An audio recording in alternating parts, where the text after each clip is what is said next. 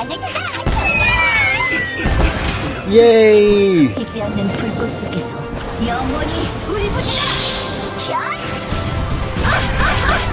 No! 7K dreamer please.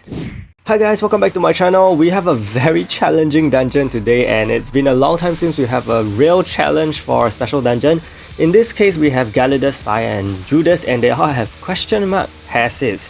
What I can tell you here is that they kind of have 100% evasion rate, so you know who to go for.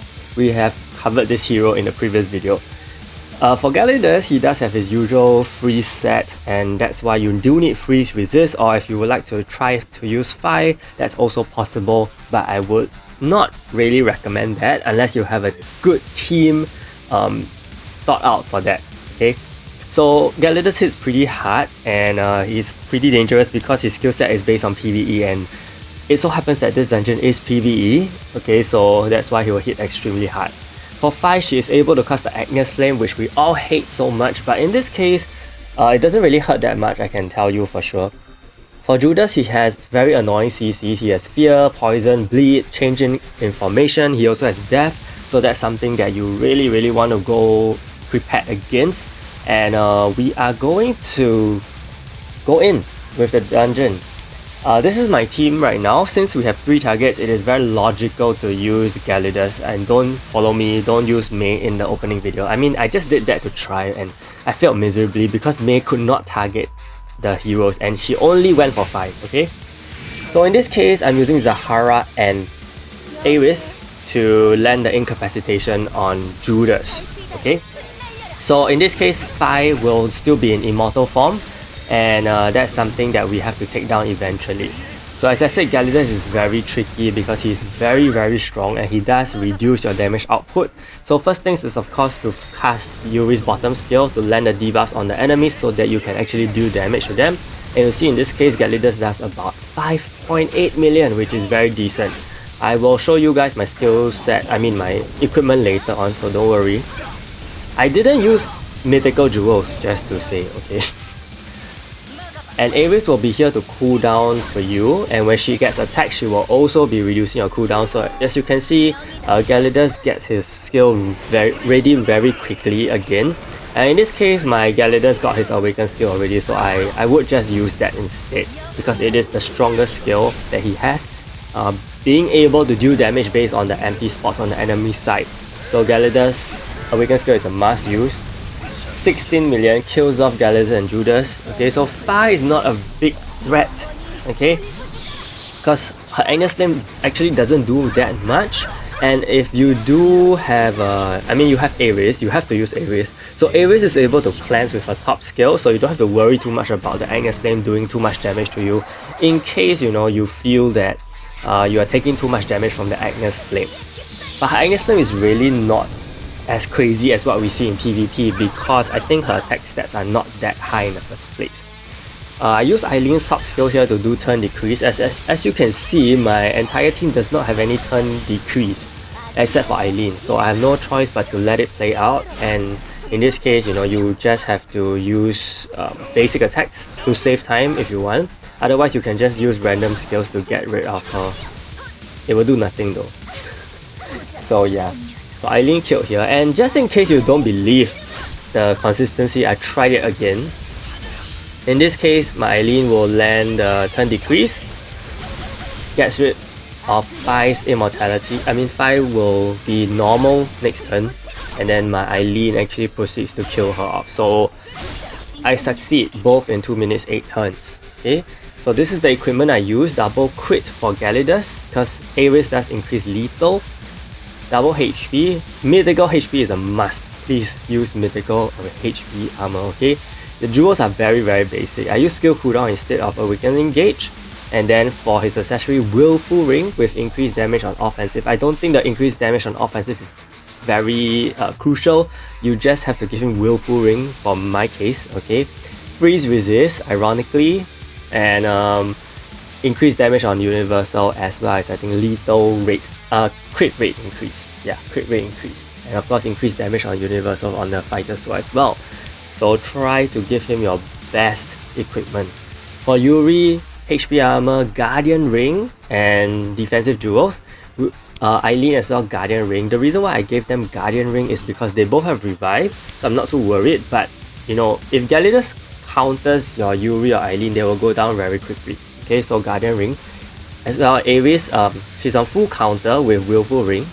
And you want to give her defense and increase attack. The reason why I gave her weapons is so that her lifesteal will be huge. And then for Zahara, Willful Ring, survive on 1 HP duel. Remember, that's very, very important. Give him survive on 1 HP duel. 1 is enough, and of course HP armor. And this is the magic team that I tried. It is very different and first time using Rain as a DPS. So same thing as Gelidus, completely just moved over from Gelidus. Double crit, HP armor, standard jewels, and Willful Ring. Okay, for her traits, I did give her freeze resist, crit, and lethal rate increase on both, and then increase damage on universal. Okay, this is so that you can get her stats high enough to do enough damage, to do good enough damage. For Scoot, I gave her lethal and crit. I mean, it doesn't matter honestly. HP armor, Guardian Ring, and defensive jewels. Regenerate as well, Willful Ring here, HP armor, and defensive jewel. She is the healer, so in case you need to heal, you can use her. She is also able to reduce enemy block rate, so you can guarantee crit and lethal, huge damage from Rin. Okay. So again, same thing, use Yuri's bottom skill. You realize there's no prime heroes here, by the way. Okay, but this team will take a little longer than Gelidus. I mean, after all, Rin is not on the same level in terms of skill set for PvE. Okay. Unfortunately, Agnes Flame goes through here, but it's completely fine. You see that Ares lifesteals quite a bit, so that's good. Use Rin's bottom skill first to decrease the magic attack and physical attack of the enemies so that they will not do too much damage to you, and this will actually help you to reduce damage taken and survive a lot longer. So I actually use Ares' top skill here to get rid of the Agnes Flame and also to get rid of the physical and magic attack decrease from Gelidus so that my Rin will have consistent damage. And a good thing about this is that by doing this, you're actually giving time for Yuri's crit rate to build up, and you're also giving time for Regenerate block rate decrease to build up, right? So by turn 4, when your Rin hits through, it is going to be massive damage with very high chance of crit and lethals going through.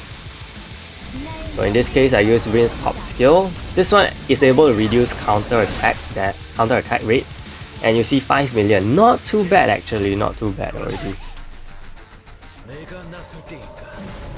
So Judas can cast Fear. He will tend to cast it to the front line, and in this case, one good thing about Rin is that she is able to use her Awaken skill to cleanse, and how awesome is that?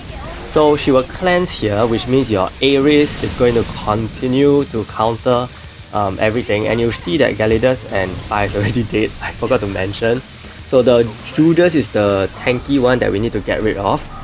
He just got into immortal form thanks to Rin's effect attack. So yeah, we really have to try to do turn decrease, and in this case I do have 2 heroes that do turn decrease. That is Regenerate as well as Scoot.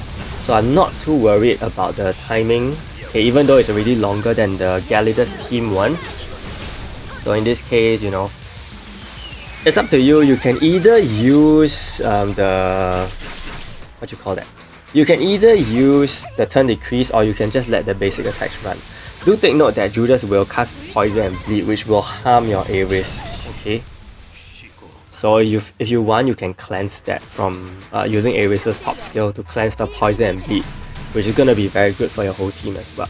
So yeah, just 2 minutes 33 seconds and you get the event summon ticket.